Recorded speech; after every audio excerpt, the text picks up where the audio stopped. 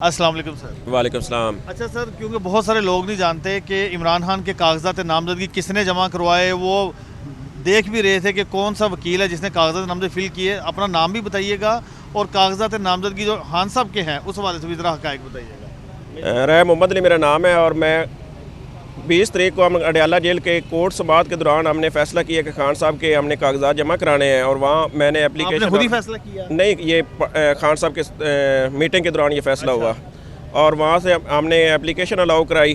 ठीक है। और उसके बाद हमने अगले दिन फ़ार्म लिए। सुबह इस्लामाबाद से मैंने तकरीबन 6 फ़ार्म लिए और उसके बाद मैं अडयाला जेल जब गया साइन करवाने के लिए तो उन्होंने सबसे पहले तो ये पूछते रहे कि हल्का कौन सा है। आपकी खान साहब से मुलाकात हुई वहाँ पर? नहीं, उस दिन नहीं गई। अच्छा, पहले दिन हुई है जब उन्होंने इजाज़त दे दी है। तो फिर मैंने फार्म वगैरह उसके सेट सारे तैयार करके अडयाला जेल आया साइन करवाने के लिए खान साहब से। तो खान साहब ने से पहले तो मुलाकात ही नहीं करवाएगी और ये सबसे पहले तो यही पूछते रहे कि जेल जो अथॉरिटी है कि कौन से हल्के से जमा करवाने हैं, हल्का कौन सा है। उसके बाद जब अंदर उन्होंने मुझसे ले लिए कागजात सारे जेल हुकाम ने लेके और मुझे एक ऊपर कमरे में बिठा दिया, बंद कर दिया या बिठा दिया? बंद करना ही है। जब मुझे नीचे आने नहीं देते थे ना मुझे खान साहब से मिलवाने देते थे, क्योंकि मुझे पता था खान साहब से कहाँ दस्तखत कराने हैं। तो तकरीबन 3-4 घंटे बाद फार्म वापस आए तो उसमें काफ़ी चीज़ें मिसिंग थी।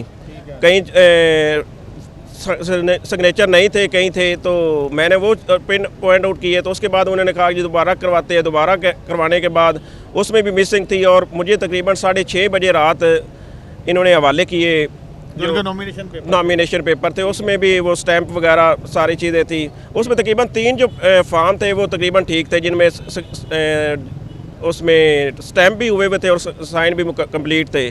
तो 2 जो है ना वो मैंने भिजवा दिए मियाँ वाली और एक इधर जमा करवा दिया। अच्छा, ये जो इधर वाला लाहौर वाला था ये हल्का डिसाइड हो गया था कि 122? जी, ये उधर उस दिन डिसाइड हुआ था खान साहब के। हाँ जी, हल्का भी है ना खान साहब के साथ में उधर मुझे बताया गया जो पहले उन्होंने मतलब मीटिंग में कि ये इन हल्कों में जमा करवाने हैं।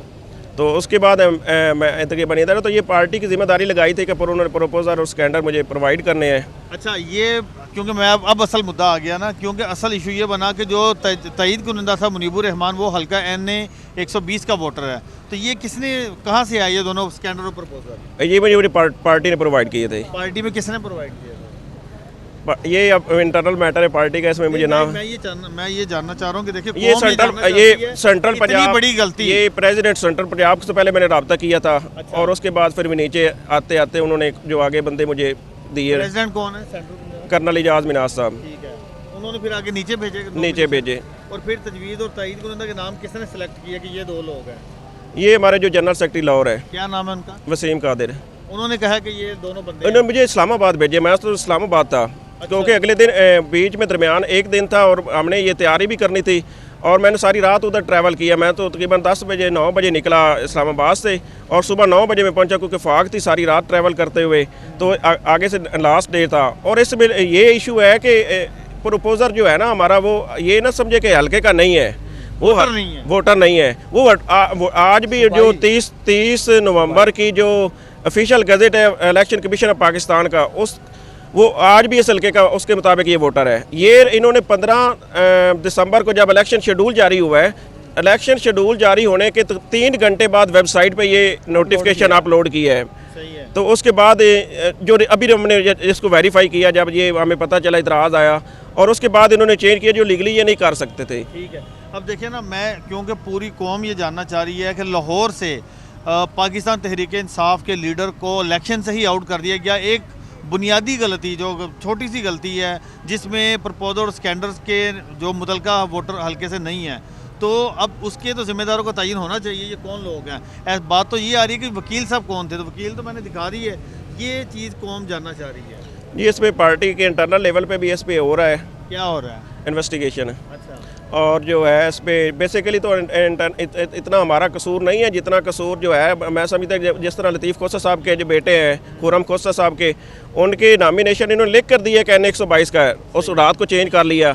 अब ये इलेक्शन कमीशन जिस तरह की हरकतें कर रहा है, ये तो हमारे जब जमा करवाते हैं नादरा इनके कंट्रोल में है। आपने देखा कि नादरा का जो चेयरमैन चेंज किया गया और इलेक्शन कमीशन के जिस तरह पार्टी के खिलाफ काम कर रहा है, तो ये रातों रात रिकॉर्ड चेंज हो जाता है। खान साहब का भी रातों रात रिकॉर्ड चेंज हुआ है, मेरे ख्याल में तो यही हुआ है। लेकिन फिर वही बात आ जाती है, जो तईद कुनिंदा थे वो तो आपके जनरल सेक्रेटरी ने दिए ना लाहौर के। सर जनरल सेक्रेटरी ने दिए थे, लेकिन ये तो चीज़ फेस ऑफ रिकॉर्ड है ना, फेस ऑफ रिकॉर्ड है, उस टाइम तो ठीक थे जब जमा करवाए हैं। अच्छा, अब रिटर्निंग ऑफिसर ने फैसला दे दिया है कि NA 122 से उनके कागजात नामजदगी मुस्तरद कर दिए गए हैं। अब इस फैसले के खिलाफ आपकी क्या प्लान कर रहे हैं? ये इंशाल्लाह पार्टी मुशावरा तो इसको ट्रिब्यूनल में इंशाल्लाह लेकर जाएंगे, लाहौर हाई कोर्ट के ट्रिब्यूनल। लाहौर हाई कोर्ट के ट्रिब्यूनल में लेकर जाएंगे। ग्राउंड क्या होगी आप?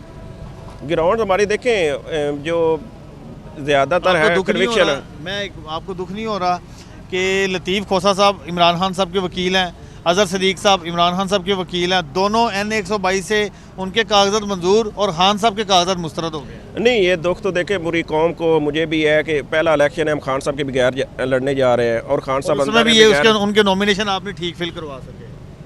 नहीं, नॉमिनेशन में तो गलती है ही नहीं है कोई, नॉमिनेशन में तो आज तक कोई गलती नहीं है। इलेक्शन कमीशन बायस्ड हो गया। इलेक्शन कमीशन जो है वो उसमें इलेक्शन कमीशन का देखे ना कि ये 30 नवंबर की, मैं अभी भी कहता हूँ सेक्शन 22 क्या कहता है कि हो नहीं सकती, सुप्रीम कोर्ट उसको 18 दिसंबर को सेटिसाइड कर सकता है डीलिमिटेशन को, हाई कोर्ट ने उसको सेटिसाइड नहीं किया, रिमांड किया था। उमर चौधरी साहब के भी कागजात मंजूर हो गए। उमर साहब बताइएगा कि अब नवाज शरीफ के कागजात मंजूर हो गए, शहबाज शरीफ के मंजूर हो गए, मरीम नवाज के मंजूर हो गए, अगर नहीं मंजूर हुए तो वो खान साहब के हुए हैं। एक गलती ठीक है, आप कहें कि साजिश हैं, पार्टी के एंड से एक गलती ज़रूर है। बिस्मिल्लाहिर्रहमानिर्रहीम जी, मैं तो एक छोटा सा वर्कर हूँ, मेरे कागजात अगर मंजूर हो भी गए हैं तो वो मैटर नहीं करते, लेकिन आज हमारा दिल जो है वो बहुत दुख रहा है जिस तरह का ये फ़ैसला आया है। देखें, इसमें जो मेन चीज़ है ना, गलती सिर्फ़ और सिर्फ किसी की भी नहीं है, गलती है मेरी अर्ज़ सुन लेना। जिस दिन फॉर्म फिलअप किए गए उस दिन वो दोनों प्रपोजर और सेकेंडर जो थे इसी हलका में फॉल कर रहे थे। अभी हमारी एक्सेस नहीं है, ये तो उन मुक्तदर हलकों को इस चीज़ का नोटिस लेना चाहिए। हमने इसका क्या नोटिस लेना है कि रात को आप देखें आपका वोट, एक बड़ी सीधी सी बात है, NA 122 5 से 7 लाख के करीब वोटर है। स्पेसिफिकली जो हमारा प्रपोजर और सेकेंडर है, 4 ब्लॉक कोड ही वहाँ से निकाले गए हैं और उठा के 7 वाले NA में डाल दिए गए हैं।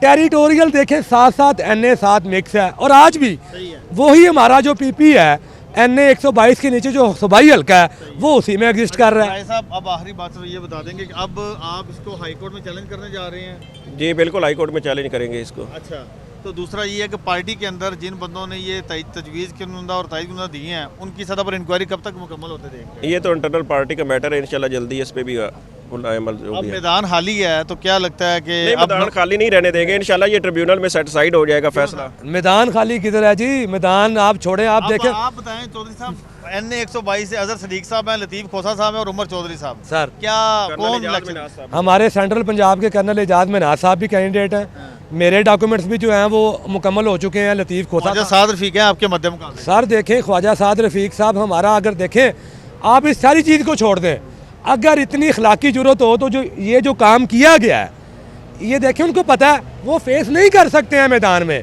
अगर वो इलेक्शन में सामने आके फेस करना, उनको पता होता कि हम फेस करने के काबिल हैं, तो वो इलेक्शन में आते, ना कि डॉक्यूमेंट चैलेंज कर इस तरह के रोड़े अटकाने से कुछ नहीं होगा।